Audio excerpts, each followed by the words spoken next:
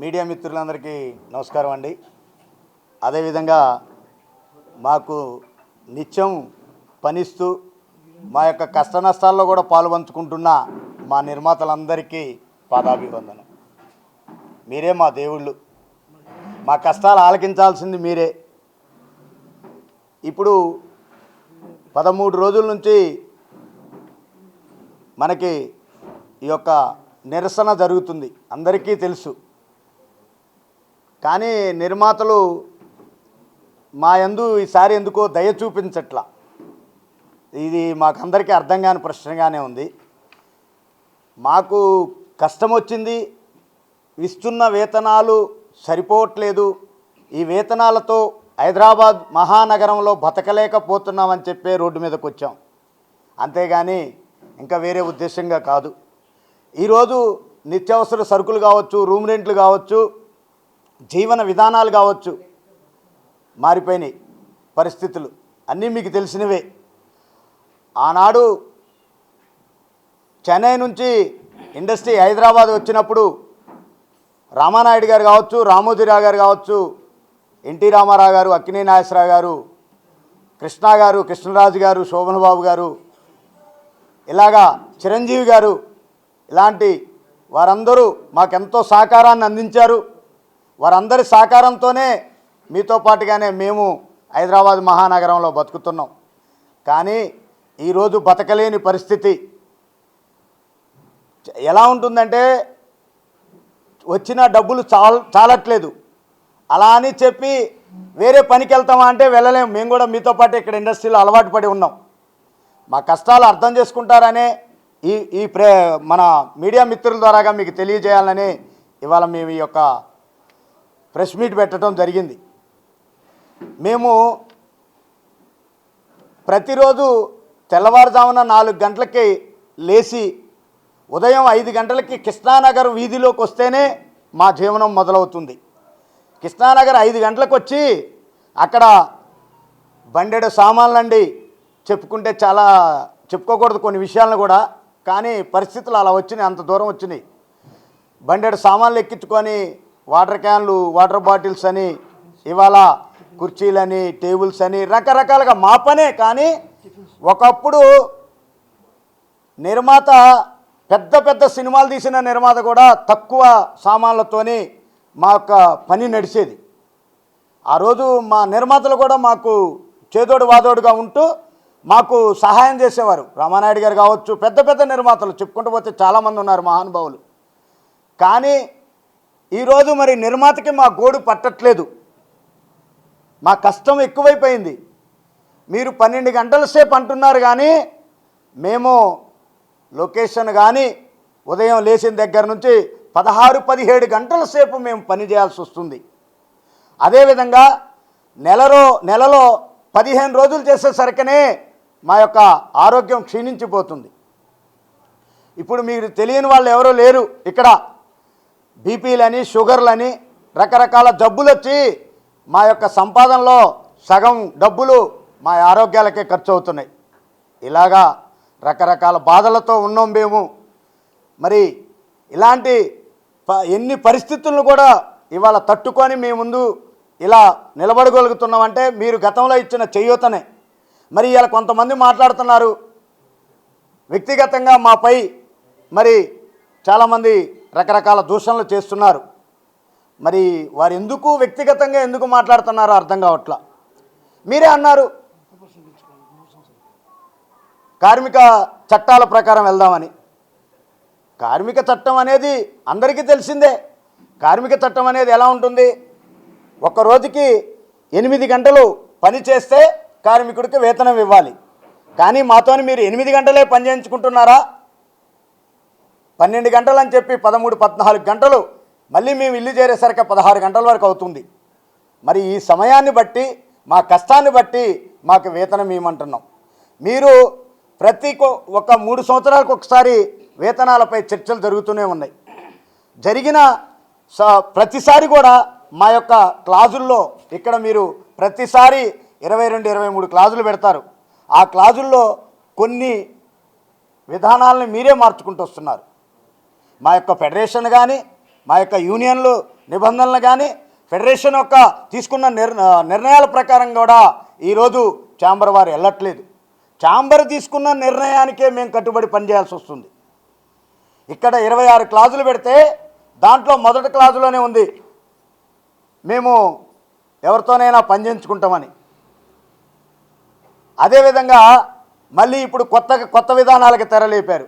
9 గంటల నుంచి 9 గంటల వరకు పనిచేయాలని.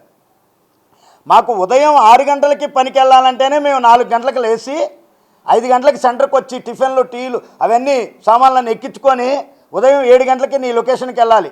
ఒకప్పుడు ఇక్కడ దగ్గర కొద్దిపాటి స్టూడియోల్లో షూటింగులు జరిగాయి. ఇవాళ 30-40 కిలోమీటర్ల దూరంలో షూటింగులు జరుగుతున్నాయి. అక్కడికి ప్రయాణం చేసి మీరు వచ్చే సమయానికి కుర్చీలు వేసి టేబుల్ వేసి టిఫిన్ రెడీ చేసి పెడుతున్నాం.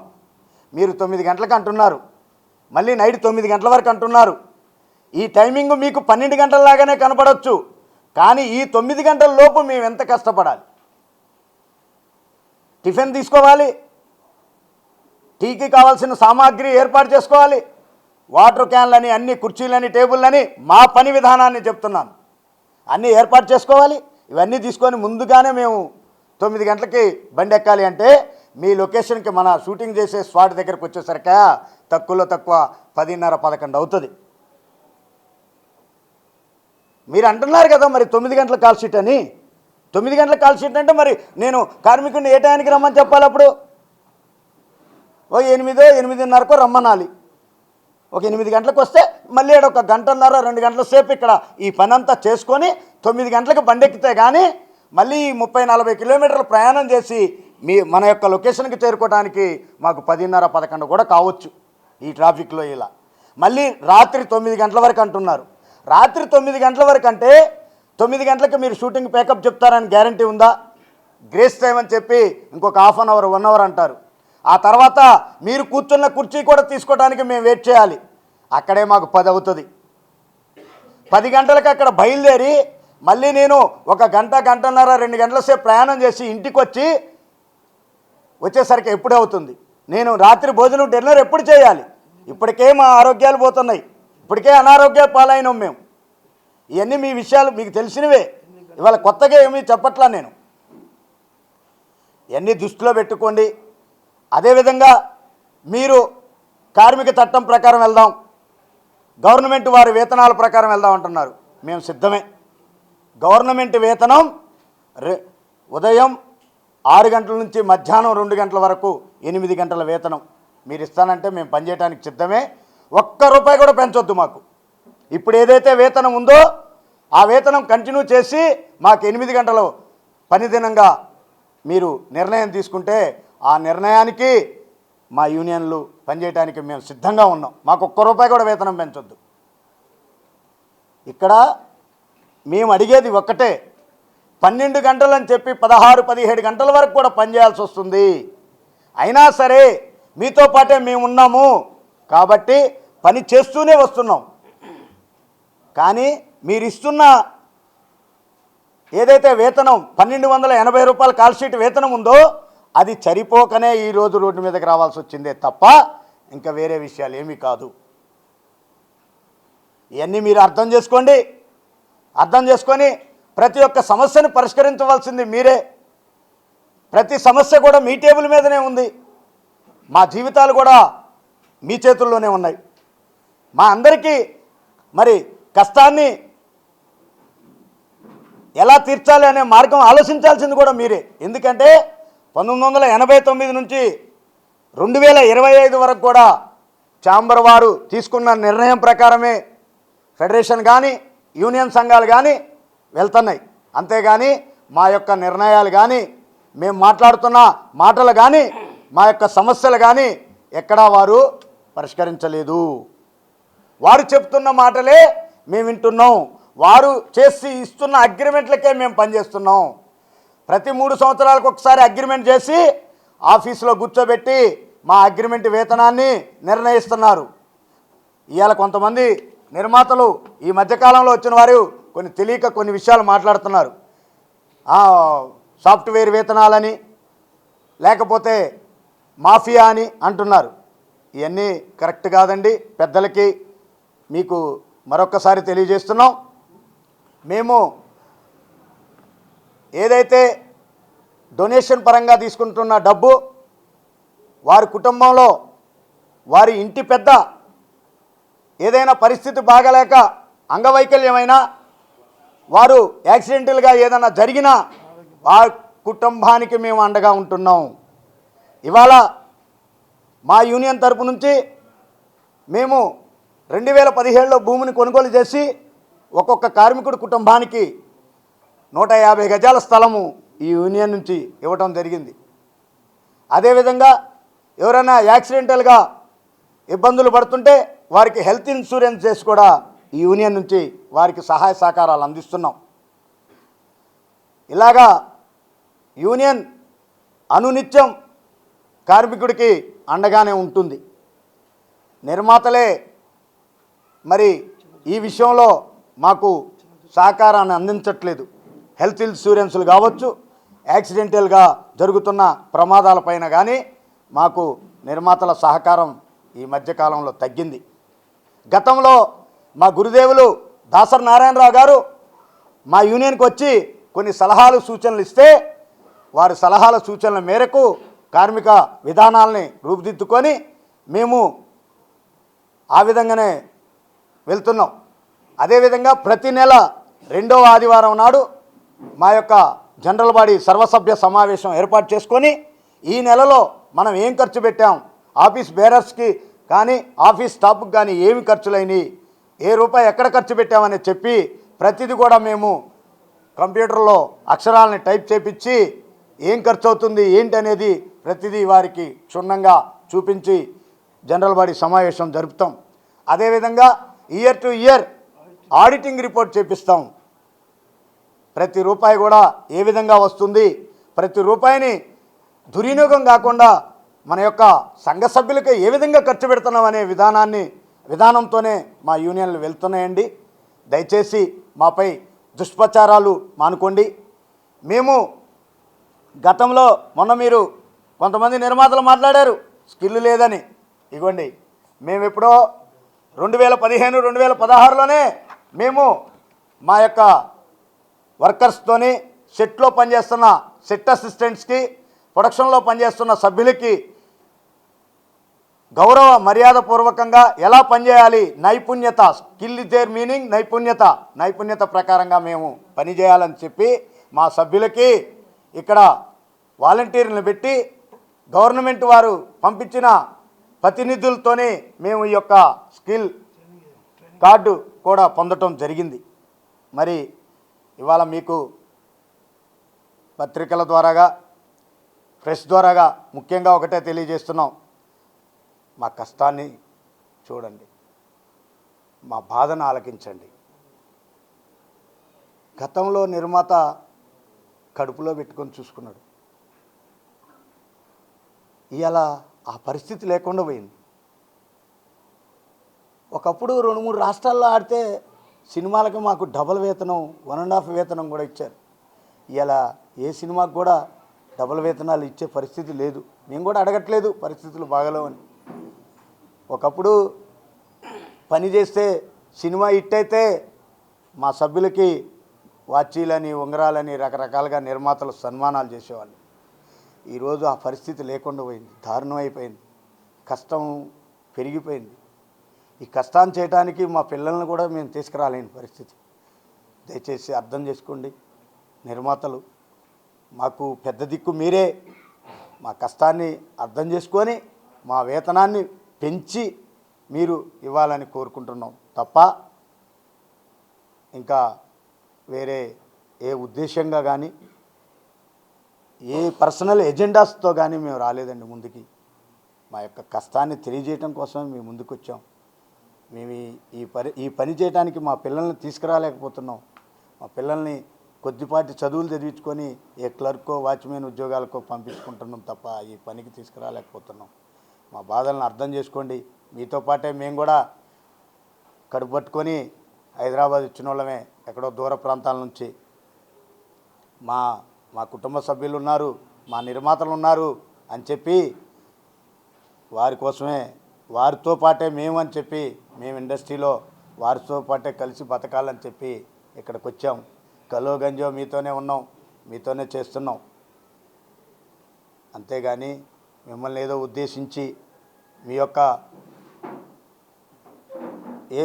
మీకున్న కష్టాలను ఏదో 10 మందికి తెలియజేయాలనో, లేకపోతే నాకున్న కష్టానికి ఏదో 10 మందికి తెలియజేయాలనే కాదు. ఇక్కడ బాధలు అలా ఉన్నాయి, కష్టాలు అలా ఉన్నాయి, పనిచేయలేని పరిస్థితి. మేము ఒక్కొక్కళ్ళం కూడా ఉదయం నుంచి పని మొదలు పెడితే సాయంత్రం వరకు మా కాలుకి మీటర్ కడితే 180-200 కిలోమీటర్ల వరకు తిరుగుతాం. నిర్మాత అంటే ప్రాణం, సినిమా అంటే పిచ్చి, డైరెక్టర్ అంటే పిచ్చి, హీరో అంటే పిచ్చి. ఆ హీరో గారు పక్కకు పోయి వారికి ఒక టీ ఇస్తే అదొక సంతోషంగా భావిస్తాం. వారు తినకపోతే మేము బాధపడ్డ రోజులు ఎన్నో ఉన్నాయి.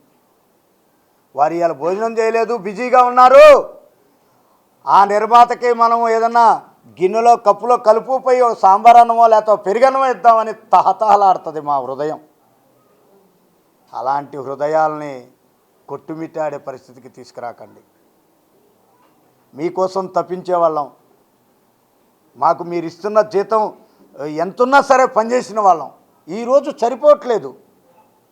హైదరాబాదులో అన్ని రేట్లు పెరిగినాయి కాబట్టి సరిపోవట్లేదు. రూమ్ రెంట్లు కావచ్చు, ఇంకోటి కావచ్చు. అదేవిధంగా కొత్త గవర్నమెంట్ వారు సహకారం అందిస్తున్నారు కాబట్టి ఇక్కడ బతుకుతున్నాం.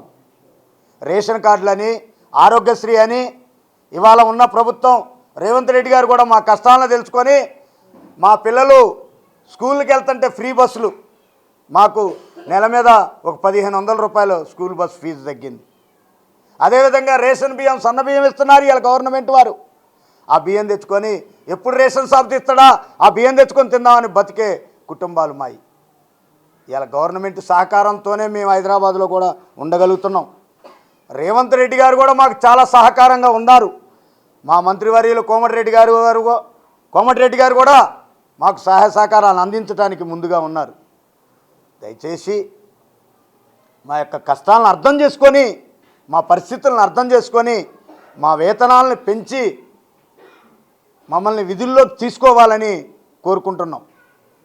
అదేవిధంగా ఒకప్పుడు దాసనారాయణరావు గారు ఉండేవారు.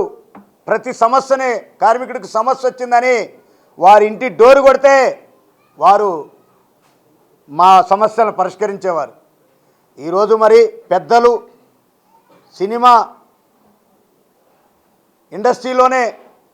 ఇండస్ట్రీనే శాసించే అంత శక్తి కలిగిన వారు కూడా ఇవాళ ఇండస్ట్రీలో ఉన్నారు. చిరంజీవి గారు కానీ, బాలయ్య బాబు గారు కానీ, అదేవిధంగా మోహన్ బాబు గారు కానీ, మరి వీరికి మా గోడు తెలియజేసుకోవాలనే ప్రయత్నం చేస్తున్నాం. వారికి అన్నీ తెలుసు. చిరంజీవి గారికి అన్ని కష్ట నష్టాల గురించి అన్నీ తెలుసు. చిరంజీవి గారు కూడా మా యొక్క సమస్యలు అర్థం చేసుకొని, మా యొక్క పరిస్థితులను అర్థం చేసుకొని మాకు వేతనాలు పెంచిచ్చే విషయంలో చిరంజీవి గారు కానీ, బాలయ్య బాబు గారు కానీ మా యొక్క సమస్యలను పరిష్కరించాలని చొరవ తీసుకొని మా యొక్క సమస్యలను పరిష్కరించాలని మీకు తెలియజేస్తున్నాం. మీరు కలమ్మ తల్లి ముద్దు బిడ్డలు. ఇవాళ ఆ కళ వెనక ఉన్న కార్మికుడి కష్టాలని అర్థం చేసుకొని ఈ కష్టాలకి ప్రతిఫలం అందించే విధంగా, అన్ని సమస్యల్ని పరిష్కరించే విధంగా సినిమా పెద్దలు, గవర్నమెంట్ వారు మరి వీటిలో జోక్యం చేసుకొని మా అందరి కష్టాలని తీరుస్తారని మనస్ఫూర్తిగా అందరినీ కోరుకుంటున్నాం. థ్యాంక్ యూ, ధన్యవాదములు. ముందుగా మీడియా సోదరులకి, ఈ ఛానల్లో ప్రసారమయ్యేదాన్ని వీక్షిస్తున్న ప్రతి ఒక్క ప్రేక్షకుడికి, మాకు పనిచ్చే నిర్మాతలకి, మా హీరోలకి, నా తోటి టెక్నీషియన్ అందరికి కూడా నమస్కారం అండి. మీ అందరికీ నేను ఇండస్ట్రీకి వచ్చేసి సుమారుగా 20 సంవత్సరాలు అవుతుంది. 25 సంవత్సరాల నుంచి రాని సినీ కార్మికుడు ఇవాళ మీడియా ముందుకు వచ్చాడంటే ఏదో మీడియాకి రేటింగ్ పెరగడానికో లేదంటే కనుక ఓవర్ నైట్లో స్టార్ అయిపోవటం కోసం మేము రాలేదండి. కొంతమంది యూనియన్ని మాఫియా అన్నారు. యూనియన్ల మాఫియా కాదు, మీరు వచ్చి మా బాధలు చూడండి, మా సమస్యలు కూడా తెలుసుకోండి. ఎవరో చేసిన తప్పుకి మాఫియా అనే మమ్మల్ని అందరిని కలపొద్దని చెప్పడం కోసం మేము ఈ ప్రెస్ మీట్ పెడతాం జరిగింది. మీరందరూ కూడా అన్నవాళ్ళు కానీ చూసేవాళ్ళు కానీ అందరూ అర్థం చేసుకోవాల్సింది ఏంటంటే, ప్రతి ఒక్కళ్ళం కూడా మా కష్టాన్ని ఇక్కడ పోగు చేసి మా సభ్యులు ఎవరైనా కష్టంగా ఉంటే కనుక ఆ కుటుంబాలను ఆదుకోవడం కోసం మేము యొక్క ఈ డొనేషన్ రూపంలో కలెక్ట్ చేసాము.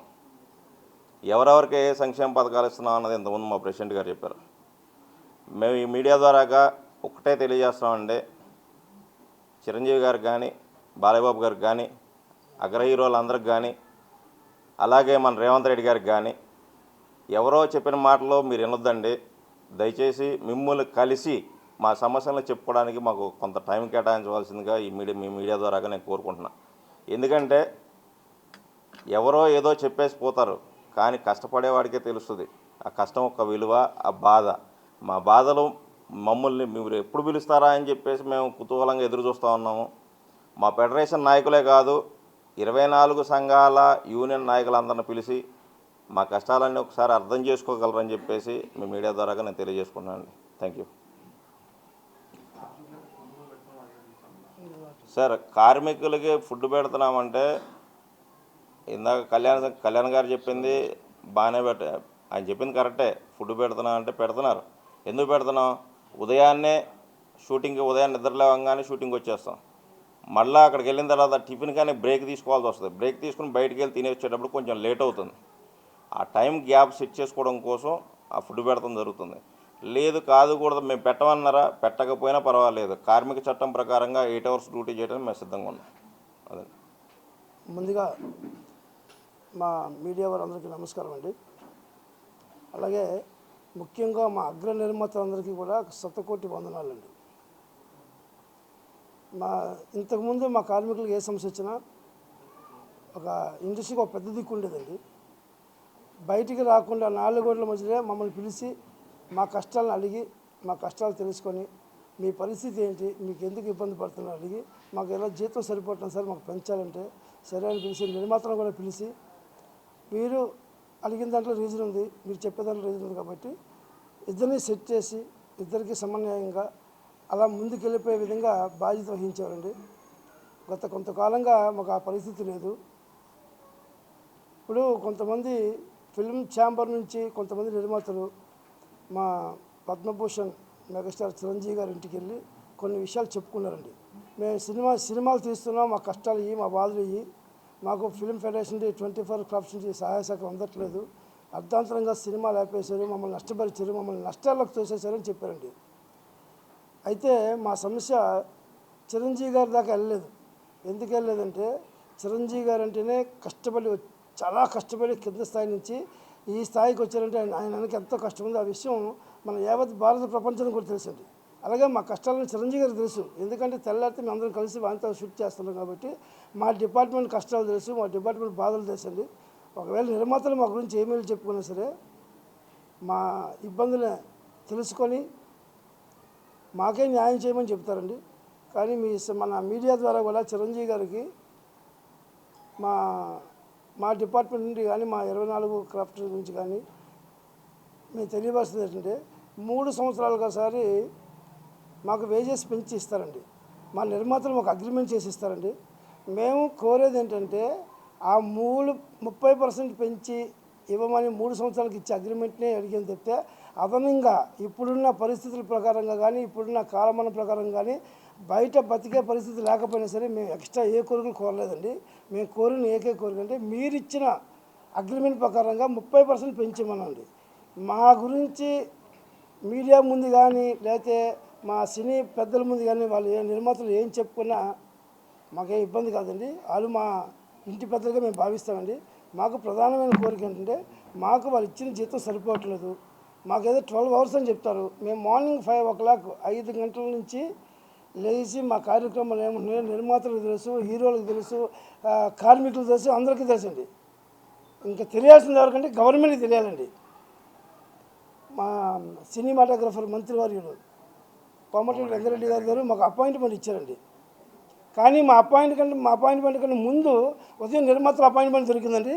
నిర్మాతల తాలూకా కష్టసుఖాలు అన్నీ తెలుసుకున్నారండి. ఆ తర్వాత మాకు మీటింగ్కి అపాయింట్మెంట్ ఇస్తే వెళ్ళామండి. కానీ మేము ఎన్ని చెప్పుకున్నా సరే మా కష్టాలు మా మినిస్టర్ గారికి అర్థం కాలేదు. కారణం అంటే మేము వివరించి చెప్పే అవకాశం మాకు రాలే, మాకు ఇవ్వలే. నిర్మాత ఇబ్బంది పడుతుండ్రు, సినిమా తీస్తుండ్రు, వాళ్ళు చాలా కష్టాలు ఉన్నారు, సినిమాలు ఆడట్లేదు అని ఇంకా రకరకాల టాపిక్లు చెప్పారు. మేము చెప్పింది అయితే మాట్లాడి సెట్ చేస్తాం అని మమ్మల్ని చెప్పి పంపించారు. కానీ మాకు అక్కడ సాటిస్ఫై లేదండి. సాటిస్ఫై అంటే మాకు ఏదైనా ఎక్కువ కోరికలు లేవు, మాకున్న కోరికల్లోనే మాకు పెంచే విధంగా రాలేదండి. అలాగే అండి ఇప్పుడు కొంతమంది నిర్మాతలు చిరంజీవి గారి దగ్గరికి వెళ్ళి మా గురించి చెప్పారండి. మేము ప్రత్యేకంగా చిరంజీవి గారి దగ్గరికి వెళ్ళి చెప్పనవసరం లేదు, ఎందుకంటే మా చిరంజీవి గారికి మా పని ఏంటో మా కష్టం ఏంటో అన్నీ తెలుసు. కానీ సినిమా తీసే నిర్మాతలు కూడా ఉండాలి కదా, నిర్మాతలు కూడా కాపాడుకోవాలనే భావన ఉండొచ్చు. మేమేమంటే మా నిర్మాతలు మేము కాపాడుకుంటామండి. మేము ఏ రోజు కూడా పెద్ద కోరికలు ఏం కోరలేదండి. వాళ్ళు ఏ విధంగా అయితే మాకు ఇచ్చిన అగ్రిమెంట్ ప్రకారం జీతాలు పెంచమనండి. ఈరోజు ప్రతి ఒక్కరు కూడా అండి ఆలోచన చేస్తే సినిమా నిర్మాత నష్టపోవడానికి కార్మికులు కాదు. ఇది 100% మీడియా వాళ్ళు దయచేసి మీరు కొంచెం మానవతా దృక్పథం ఆలోచన చేయండి. మీకున్న ఆలోచన పరంగా ఒక పేపర్ తీసుకుంటే ఈరోజు లొకేషన్లో ఎంతమంది వర్కర్స్ పనిచేస్తుంటారు, ఎంత జీతం ఇస్తున్నాం, పేపర్ వేసుకుని అదే నిర్మాతలు రాయమని చెప్పండి. ఎక్కడ నష్టపోతుందో వాళ్ళ దగ్గర ఆన్సర్ ఉంది, క్వశ్చన్ ఉంది.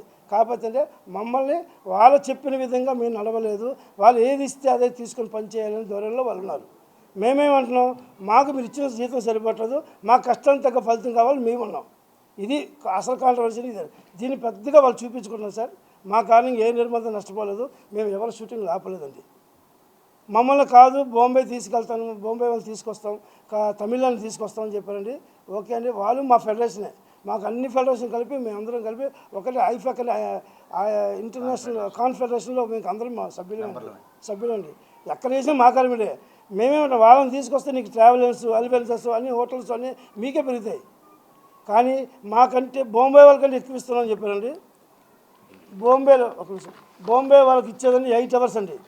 8 అవర్స్. ఇందులో పర్టికులర్గా ప్రొడక్షన్ బాయ్కి ఎంత జీతం ఉందంటే 2025 వచ్చేసరికి 1500 జీతం ఉందండి. 300 రూపాయలు కన్వీనియన్స్ ఉందండి. అలాగే మా డిపార్ట్మెంట్లో మందరిని కంట్రోల్ చేసే ప్రొడక్షన్ ఇన్ఛార్జ్ ఉన్నాడండి, వానికి 1700 జీతం ఉందండి, 300 కన్వీనియన్స్ ఉందండి. మరి మా నిర్మాతలు మాకు ఎక్కువిస్తున్నాం కదండి, వాళ్ళనే అడుగుతున్నాను సార్, మీ సభాముఖంగా మా మీడియా ద్వారా అడుగుతున్నాను సార్. వాళ్ళు ఇది తెలుసా తెలీదా, మమ్మల్ని ఎందుకు మా గురించి ఎందుకు తప్పుగా ప్రచారం చేస్తున్నారు? చెన్నైలో అండి 1270 రూపాయలు కాల్ సీట్ ఉందండి, మాకు 1280 రూపాయలు కాల్ సీట్ ఉందండి. చెన్నైలో ఉదయం 6 గంటల నుంచి సాయంత్రం 6 వరకు 1.5 కాల్ సీట్ ఇస్తారండి. ఆ 1.5 కాల్ సీట్ కూడా నేను వివరిస్తాను సార్. మాకు కొంతమంది నిర్మాతలు తెలియకపోవచ్చేమో, తెలుసుకోవచ్చు. ఉదయం 6 గంటల నుంచి మధ్యాహ్నం 3 గంటల వరకే వాళ్ళ 8 అవర్స్ డ్యూటీ యాక్చువల్గా. దానిని మనం 8 అవర్స్ కాకుండా 6 గంటలు ప్యాకప్ చెప్తాం, కానీ మిగిలిన 3 గంటలు కూడా కలిపి 1280 రూపాయలు కలిపి 1900 రూపాయలు ఇస్తారండి. మాకు ఇచ్చింది 1280. మేము ఆ 3 గంటల ఎక్స్ట్రా వేతనం ఎక్స్ట్రా బోనస్ ఇవ్వట్లా. మీరు మా గౌరవనీయులు మా కళ్యాణ్ గారు అన్నారు, ఎందుకు ఈ ప్రాబ్లం ఉంది, ఎందుకు ల్యాబ్ యాక్ట్ ప్రకారం వెళ్తుంటే మేము చాలా సంతోషిస్తాం సార్. మమ్మల్ని మీరు గుర్తించినందుకు ఇంకా మేము హ్యాపీ ఫీల్ అవుతుంది. 8 అవర్స్ సీట్ మాకు కావాలండి, ఎందుకంటే మాకు ఎన్ని గంటలు పనిచేస్తే అన్ని గంటల కష్టం కోసం ఫైట్ చేస్తున్నాం. మా కష్టం అడిగితే మీరు మిమ్మల్ని నష్టపోయి ఉంటారు, మిమ్మల్ని నష్టపరిచారు. ఏ విధంగా నష్టపరిచామండి? ఒక్క ఎవిడెన్స్ చూపించండి మా కారణంగా నిర్మాత నష్టపోయారని. మీ నష్టానికి మా కార్మికుల జీతానికి ఏమి సంబంధం ఉందా?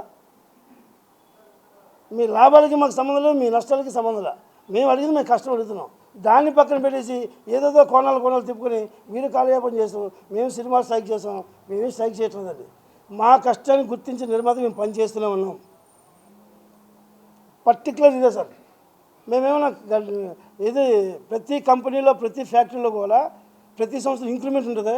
వాళ్ళు ఏంటంటే ఎక్స్ట్రా బోనస్ అడుగుతారు, బెస్ట్ వర్కర్ అని చెప్పేసి ఆ కంపెనీ వాళ్ళు అందులో పనిచేసి ఒక డిపార్ట్మెంట్కి ఏదైనా కాంప్లిమెంట్ ఇస్తారు. మాకు ఆ కాంప్లిమెంట్ కూడా అవసరం లేదు, మాకు ఇచ్చే జీతం చాలంటున్నాం. మేము అదే నిర్మాతలు అదే ప్రొడక్షన్ ప్రత్యేకమేం కారణం సార్. మేమేమన్నామంటే మీ నష్టానికి మీ కష్టానికి బాధ్యత మేము కాదు. మేమేమన్నా మీరు ఇచ్చిన జీతం కదండి.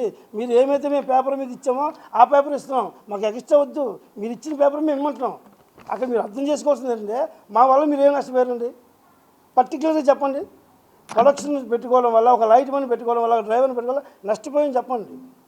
మీరు మార్నింగ్ 8 o'clock షూటింగ్ అని మీరు పెడతారు, 11 వరకు కెమెరా స్టార్ట్ అవుతుంది, దాన్ని నేను బాధ్యన. 5 గంటలకు నేను పని చేస్తున్నాను సార్. అది టెక్నికల్ ప్రాబ్లం ఏముందో మీరు గమనించండి, మీరు సార్ట్ అవుట్ చేసుకోండి. అంటే నిర్మాతలు ఏం చెప్తున్నారంటే చెప్పండి. ఇచ్చే వాళ్ళకి చాలా ఎక్కువ, ఇప్పుడు అన్ని ఇండస్ట్రీల కంటే మనమే ఎక్కువ ఇస్తున్నాం టాలీవుడ్లో. కావాలంటే మీరు చెక్ చేసుకోండి, చెన్నైలో 1000 రూపీస్ ఇస్తున్నారు, బెంగళూరులో 1000 రూపీస్ ఇట్లా ఇస్తున్నారు, మనం 1100 అట్లా ఇస్తున్నాము. అంటే మీరు ఎటు నుంచి ఎటు చూసుకున్నా కూడా మేము టాలీవుడ్లోనే ఎక్కువ ఉన్నాయి అంటున్నారు. సార్ ఇవ్వండి సార్, నేను ఏం చెప్తున్నా అంటే ఇక్కడ బొంబాయిని తెప్పించాను సార్. చూడండి, బొంబాయి నుంచి ఫెడరేషన్ నేను తెప్పించాను సార్. సార్ చిన్న మాట సార్, సార్ పచ్చి అబద్ధం సార్. నేనేం చెప్తుంటే దాన్ని ట్రాప్ చేయకండి దయచేసి. మేము ఏం చెప్తున్నాం దానికోసం మాట్లాడితే మీకు వాస్తవాలు వస్తాయి సార్. బొంబాయిలో ఉంది సార్ 8 hours డ్యూటీ, 1500 రూపాయలు ఉంది. ఒక ఇందులో రాశారండి, electrician, production boy, production in charge ఉంది సార్. నాకు ఇచ్చింది 1200 రూపాయలు, మీ పేమెంట్ మండలి వచ్చారు 2025. స్టిల్ నవ్ మనకు జూలై 31 వరకు ఇదే చేస్తుంది. ఇగో 1200 ఆరోపణ చేస్తున్నారండి. ఇంతకుముందు సెట్ లో కూర్చోబెట్టి అంటే అందరికి కూడా వేడివేడిగా వడ్డించేవాళ్ళు. ఇప్పుడు ఏంటంటే మెస్ తోటి వాళ్ళు పంపకయ్యి వాళ్ళకి అంటే వాళ్ళ కమిషన్స్ కోసం అక్కడి నుంచి తెప్పిస్తున్నారు, కానీ సెట్ లో అసలు చేయట్లేదు. వాళ్ళు చాలా ఇదైపోయారు, అందుకనే మేము కండిషన్స్ ఖచ్చితంగా వాళ్ళు అమలు చేయాల్సిందే అని చెప్తున్నారు. కరెక్టే కదండి సార్. వాళ్ళు చెప్పిన పాయింట్లో వాళ్ళు వేసిన క్వశ్చన్లోనే కూడా కరెక్ట్ లేదండి. వాళ్ళ క్వశ్చనే కరెక్ట్గా లేదు. నేను మార్నింగ్ లొకేషన్లో వేడిగా తినాలని అర్థం ఏంటండి? మీరు నాకు ఇండస్ట్రీ పుట్టిన దగ్గర కూడా ఒక మెస్ ఉంటుంది, సినిమాకి అన్ని సినిమాలకు సంబంధించిన మెస్సులు ఉంటాయి. ఆ మెస్సులో మీరు ఎన్నించుకున్న మెస్సులోనే మేము తీసుకొస్తాం. మా డ్యూటీ ఏంటంటే అండి, మీరు చెప్పిన ఆర్డర్ని తీసుకొచ్చి సర్వీస్ చేసే డ్యూటీ అది. మీరు వేడిగా తినాలంటే 1 గంటకి కరెక్ట్గా బ్రేక్ ఇస్తే మేము తెచ్చిన భోజనం వేడిగా ఉంటుంది. మీరు 3 గంటల వరకు షూట్ చేసుకొని ఎప్పుడో వీలు కుదిరినప్పుడు తింటే చల్లబడుతుంది. దానికి నేను బాధ్యత కాదు సార్. ఏంటి ఇంకో విషయం ఏంటంటే, మేము ఏది చేసినా ఏం చేసినా నిర్మాత అనుమతి ప్రకారంగా చేస్తాం. నిర్మాతకి మాకు ఆ నిర్మాత గారు ఎవరినైతే మేనేజ్మెంట్ పెడతారో వాళ్ళ మేనేజర్ సూచన మేరకు పెడతాం సార్. ఇది లోపం ఎక్కడ వస్తుందండి? మీరు మెస్కి డబ్బులు డైరెక్ట్ మీరే ఇస్తారు, మేము ఇవ్వని డబ్బులు మీరే మాట్లాడిస్తారు, మేము ఓన్లీ సర్వీస్ చేసేదే. అందులో ప్రాబ్లం మీరు మెస్ వాళ్ళని పిలిపించి మీరు హెచ్చరించుకోవాలి. డబ్బు ఇస్తుంది మీరే, మీరు ఎక్కడ నష్టపోతాం మీరు అరికట్టుకునే బాధ్యత మీకు ఉంది, లేదా మీ తరపున ఉన్న మేనేజ్మెంట్కి ఉంది. దానికి నేను ఎందుకు బాధ్యత అవుతాను సార్? మీ వేడిగా తినాలంటే టైంకి మనం ఓపెన్ బ్రేక్ ఇవ్వాలి. బ్రేక్ ఇస్తే టైం వేడిగా తింటాం. మీరు 3-4 వరకు బ్రేక్ ఇవ్వరు అండి. మేము నిర్మాతలు కూడా హాట్ ప్యాక్లో పెడతాం సార్. ఇలా ఓపెన్ చేసి డబ్బాలు పెట్టమండి. మీరు ఒకసారి ఆన్ షూట్లో చూస్తే మేము డిపార్ట్మెంట్ ఒకేసారి క్లమ్జీ అవుతాను కూడా విడివిడిగా డిపార్ట్మెంట్ కూడా కూర్చోడానికి 4 పక్కల 4 సెటప్ల్లో పెట్టి 4 గ్రూపులుగా పెట్టి మేము వడ్డిస్తాం. వాళ్ళు చల్లదనానికి వేడిదనానికి నేను బాధ్యత కాదు. ఎందుకంటే 1 గంట బ్రేక్ ఇస్తే ఇది సిల్లీ క్వశ్చన్ సార్. వాళ్ళు ఏదో ఒకటి క్వశ్చన్ చేస్తున్నారు సార్. నేను 5 గంటలు వేసి పనికి వచ్చి 5 గంటలకి మెస్కెళ్ళి టిఫిన్ తీసుకొస్తాను సార్. లొకేషన్ ఇంతకుముందు చుట్టుపక్కల ఉండి Sarathi studio, Annapurna studio, Ramanaidu studio, లేకపోతే ఫిల్మ్ నగర్ ఉండేది. ఇప్పుడు ఎక్కడ పోయినా చిలుకూరు, అజీజ్ నగర్, మోయినాబాద్ వెళ్తుంది. ఈ ట్రాఫిక్లో ఎంత టైం పడుతుంది మీరు చెప్పండి? మనం కూడా 2 వీలర్ జర్నీ చేస్తాం కదా, కార్లో వెళ్తాం కదా, వ్యాన్లో వెళ్తాం కదా, మినిమం 1 hour పడుతుంది. 1 hour లొకేషన్ దిగంగానే అందరికీ మేము సెట్ చేయాలి కదా. కనీసం ఒక అరగంట పడుతుంది సామాన్లు సెట్ చేసి టేబుల్స్ వేసి అరేంజ్ చేయడానికి. మా పని మేము చేస్తున్నాం. ఇప్పుడు ప్రజెంట్ టెక్నాలజీ పెరిగింది కాబట్టి ఎవరికి ఏ విధంగా తింటారో ఆ విధంగా సర్వీస్ చేస్తున్నాం. దీంట్లో మా పనిలో ఎలాంటి లోపం లేదండి. అసలు లోపం ఎక్కడ ఉంది మీరే చెక్ చేయండి. మేమేమో బ్యాటరీలు పంచండి 30% మీరు ఇచ్చిన ప్రకారంగా బ్యాటరీలు పంచాలంటే మీరు రకరకాల కొన్నాళ్ళు తిప్పి రకరకాల ఇష్యూస్ మా మీద తెస్తారండి. మీ నష్టానికి మేము బాధ్యులు అండి, కార్మికులు బాధ్యులు సార్. మీరు ఇచ్చిన పేమెంట్లు మీరు బొంబాయి అన్నారు, మెడ్రాస్ అన్నారు సార్. నేను క్లియర్గా చెప్పాను కదా, పేపర్స్ ఉన్నాయి సార్. నేను కావాలంటే మన ఆంధ్రజ్యోతి, సాక్షి వాళ్ళ ఆఫీసులకి నేను ఇస్తాను సార్. ఇది వేయండి. ఇప్పుడు అప్పుడే చూస్తారు, పేపర్లు చూస్తారు, అప్పుడే చూస్తారు మాకు ఎంత ఇస్తుంటారు. అక్కడ ఓన్లీ మన సౌత్ ఇండియాలో మన హైదరాబాద్లోనే మన తెలుగు ఇండస్ట్రీలోనే సార్ 8 hours కాల్ షీట్ లేదండి.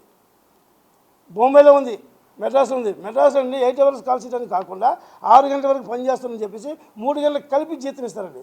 10 మంది పని చేస్తే 6కి 1.5 కాల్ షీట్ ఇస్తారు, 4కి సింగిల్ కాల్ షీట్ ఇస్తారు. సింగిల్ కాల్స్ మీన్స్ 6 గంటలకు 12 hours. మాకైతే 10 మంది ఉన్న అదే జీతం. ఇది కాక చిన్న నిర్మాతలు ఈ 1 గంట షూటింగ్ వల్ల ఇంకో రోజు ఈ లొకేషన్ పెడితే నష్టపోతామని అనగానే ఆ గంట కూడా ఎక్స్టెన్షన్ చేస్తాం, డబ్బులు కూడా అడగం.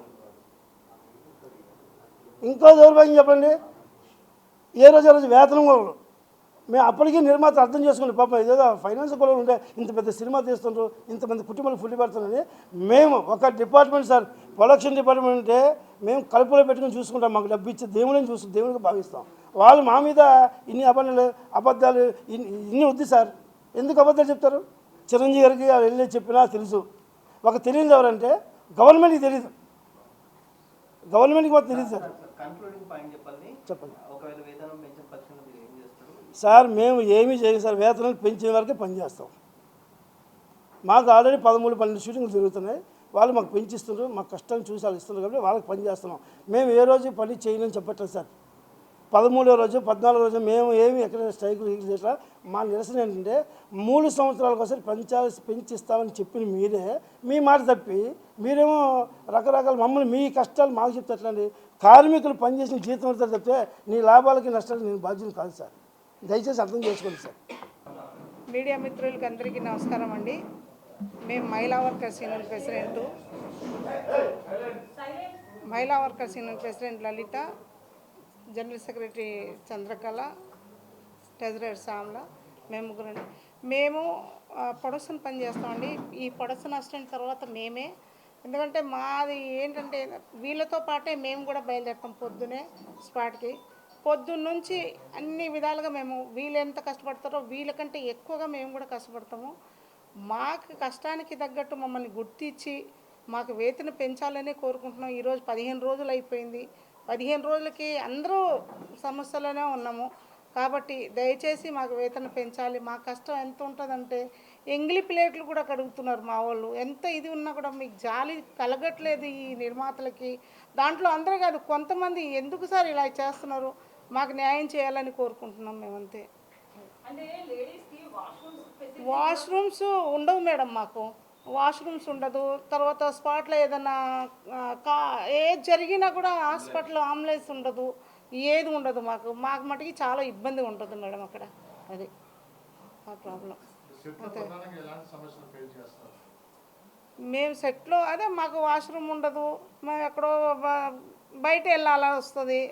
మళ్ళీ తర్వాత చెట్లలో అసలు మాకు మటుకి లేదు. ఆ పెద్దోళ్ళకే ఆర్టిస్టులకి వాళ్ళకే ఉంటాయి కానీ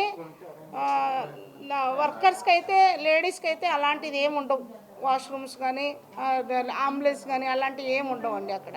అది అదే వాటర్ ప్రాబ్లం. వాటర్ లేకపోతే ఎక్కడి నుంచో ఎత్తుకొచ్చి వీళ్ళు గిన్నెలు పోసుకొని కడుక్కోవాలి.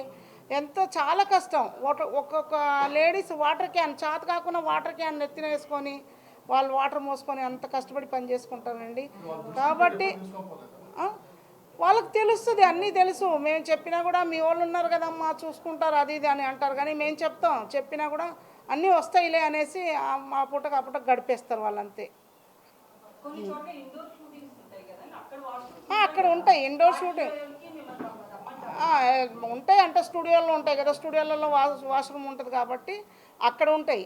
కానీ అవుట్డోర్లలో మాకు ఇబ్బందే, కష్టంగా ఉంటుంది చాలా.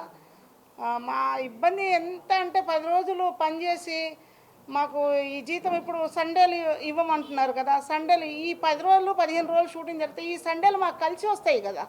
ఈ కలిసి వస్తున్న దానికి ఈరోజు సండేలు కూడా మాకు కట్ చేసేస్తున్నారు అంటే మాకు ఎక్కడ సరిపోతుంది. ఇంకా మళ్ళీ 9 to 9 అంటున్నారు. 9 to 9 అయినా మేము ఎన్ని గంటలకు వెళ్ళాలి?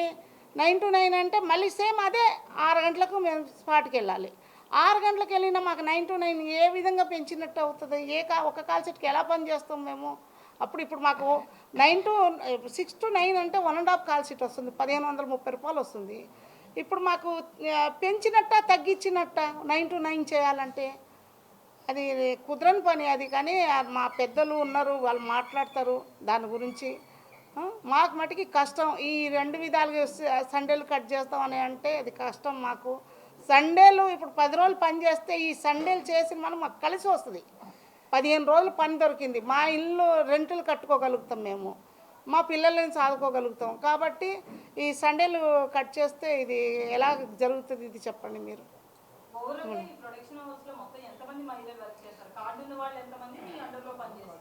మాకు అందరు కార్డు ఉన్న వాళ్ళమే మేడం. మా అండర్లో అలాగా మేము అలాగ తీసుకొచ్చి మేము 170 మంది ఉన్నాం. అందరూ కార్డు ఉన్న వాళ్ళే, అందరూ కార్డు ఉన్న వాళ్ళే మాది. అది డైలీ వర్క్ ఉండదు. అదే 10 రోజులు పని ఉంటే 10 రోజులు 10-12 రోజులు పని ఉంటుంది, దాని తర్వాత మాకు ఉండదు. కాబట్టి ఈ సండేలు మాకు కలిసి వస్తాయని చేస్తారు. మళ్ళీ ఇప్పుడు కొత్తగా న్యూస్ ఏంటంటే సండేలు మీరు ఈ వారం రోజులు చేసి సండే వచ్చినప్పుడు ఇంకోళ్ళు కూడా సండే గురించి ఆశిస్తారు కదా. ఇంకొకరు కూడా సండే గురించి ఆశిస్తారు. సండే గురించి అసలు సండే కట్ చేస్తామంటే ఏంటి మా పొట్ట కొట్టినట్ట లేకపోతే ఏం చేసినట్టు ఇది కరెక్ట్ కాదు. నిర్మాతలందరూ దయచేసి మా బాధలు మా గోడు అర్థం చేసుకోండి. మళ్ళీ తర్వాత గవర్నమెంట్ కూడా రేవంత్ రెడ్డి గారికి మా బాధలు తెలియదు, కోమటిరెడ్డి వెంకటరెడ్డి గారికి కూడా మేము చెప్తామంటే కూడా కొంతమంది మాకు చెప్పనివ్వలేదు మా కష్టాలు మా బాధలు. అది వాళ్ళందరికీ మా కష్టాలు మా బాధలు తెలియాలంటే మీరు గవర్నమెంట్ తరఫున మాకు ఒక మీటింగ్ పెడితే మేమందరం వచ్చి మా బాధలు మా కష్టాలన్నీ మీకు చెప్పుకుంటాం. అదే.